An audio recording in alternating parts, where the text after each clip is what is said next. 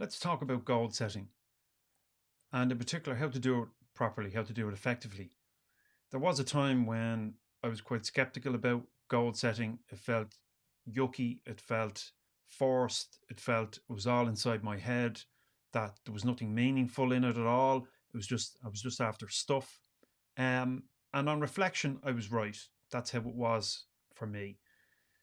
In subsequent times, I've had to reevaluate goal setting after reading the research, after looking at the pros and cons, and there are cons. I'll get to those. Not tomorrow, but the next day. There is a dark side to goal setting. However, once it's done right, once it's done from a particular perspective, from a particular angle, it can be effective for you and for me. And what I'm talking about is value based goal setting. Without value based goal setting, there's a high risk of missing your target, hence the little icon on the screen. Goal setting, you have something narrow, something specific that you want to achieve. Well, you go for it and you either lose or you win. You can increase your chances of achieving that or hitting that target once your goals are aligned with your values. Now, that might sound a little cliched, but it's true. Your values are those things that are important to you and always important to you, regardless. Now, there might be some fluctuation, some change in that, depending on what age you are, what stage of your life you're at, whether you have a family or whether you don't, whether you're young, you're just out of college, or whether you're more mature and experienced and so forth. But by and large, there are certain things that are important to you and important to me, and they always are important, like integrity, for example. A high degree of integrity and willingness to follow through for other people once you've made a commitment. It's really valuable value to have. There are others, many others, in fact. Um, Although you'll find if you do a bit of research on this topic, most people talk about the same values. So, being a part of a cohesive unit in the family is an important value. Teamwork is an important value. Integrity, as I mentioned, um, community, creativity is an important value for a lot of people. Doing meaningful and purposeful work is an important value. These are universal, and the research shows that most people, repeat these same values over and over again. And I've got a list of values that you can do some work with, identify your own particular values. And in the link below this video, you can download that worksheet for free, along with the values based goal setting or smarter goal setting worksheet. I'll be talking more about smart goal setting. You probably heard of that acronym before. I'll be talking about that more tomorrow. But today I wanted to talk to you about values, because without values, your goals are at risk of being simply head goals. You've noticed something that somebody else has, and maybe you decided you wanted to, but without anchoring that goal in your value system, there's a risk of failure. And I know that only too well. Sometimes when we look at the world and observe social media and we see all the hype around these kind of clever marketing videos, we think, oh yeah, I want to be that too. When in fact, it's completely misaligned with what's important to you. So what's important to you? What do you value? What do you always value? Do you value peace and freedom and a sense of autonomy in your work? Remember, we spoke about autonomy earlier on in the series, in day 2 or 3. We'll continue talking about autonomy because it's really important to a lot of people. So if autonomy is important to you, if a sense of competence is important to you, if relatedness with other people is important to you, well, you're already aligned with intrinsic motivation and what self-determination theory has to say about that. So competence, so maybe learning is important, going back to school or attending college and obtaining your degree or your master's or your PhD. Or maybe it's simply to learn how to play the guitar and attend singing lessons. Maybe that's what you want to do. Maybe that's aligned with your value system. Maybe being a part of something important, being in a position to give of yourself to those who are needy in society. Maybe it's kids, you want to work with kids and help them enjoy the sport or whatever it happens to be. So you get what I'm saying. Maybe your friends and your family are important. Maybe your career is important right now. Maybe making money is important because, let's face it, money is something that we use to exchange our time and our energy in the world.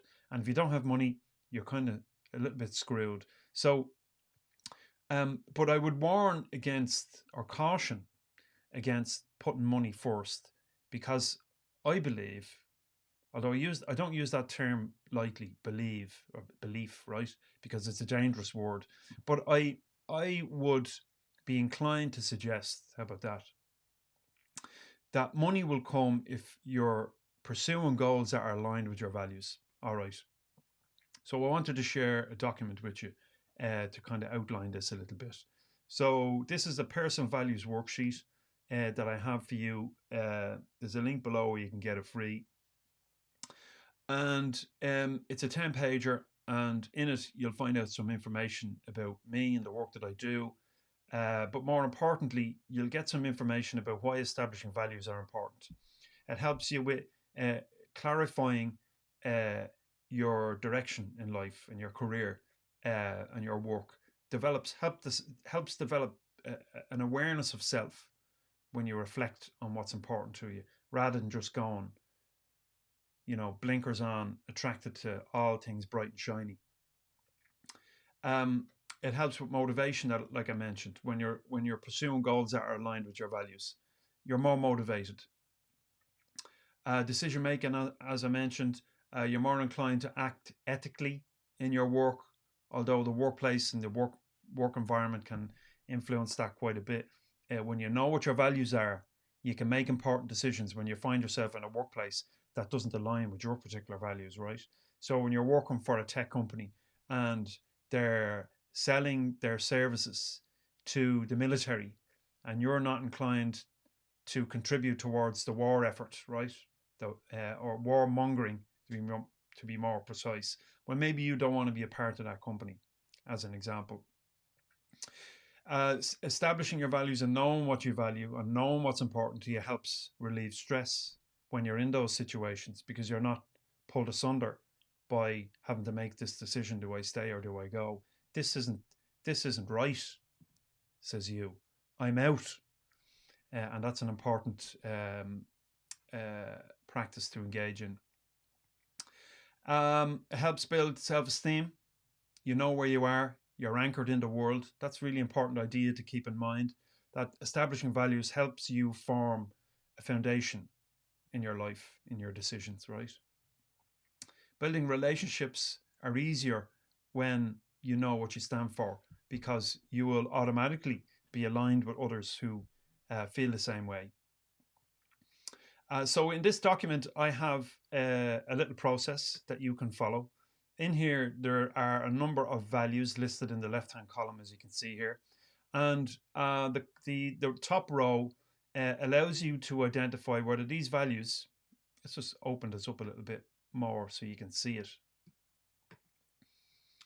So for example, recognition is on the top of the list there for no other reason other than it's there. So if recognition is important to you, and it's always important to you, well, then you'll tick this box always, often, sometimes, seldom, or never.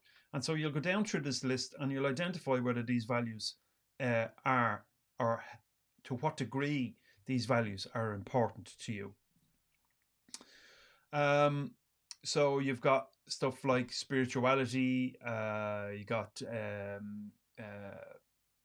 fast-paced relationships, influencing people might be important to you, fulfillment, your environment might be important to you, and so on. So you go down through this list, and then when you get to the end, you will have found that there are probably somewhere between 5 and 10 values from this list that are always important to you. All right, let's go back to that list again. So you can see here, like I said, this column here, always. You'll find that there are only 5 to 10 values that are always important. So you're going to list these here in order of importance. So out of your 5 to 10, decide which one is top of the list and list them here. This might take a little bit of time to complete, but it's worth doing. You can also, with this worksheet, take some notes for yourself here, and there's also some references and some additional links that you can check out, some references to further reading. All right. So that sheet is available to you from the link below this video. So click on it and enter your email and you can download it. I've also got, and I'll talk more about this one tomorrow. Let's just close that one out. This is the Smarter Goal Setting Worksheet. It's taken from the work of Russ Harris. He's author of The Happiness Trap. He did some work with Stephen C. Hayes, certainly aligned with Stephen C. Hayes' idea of acceptance and commitment.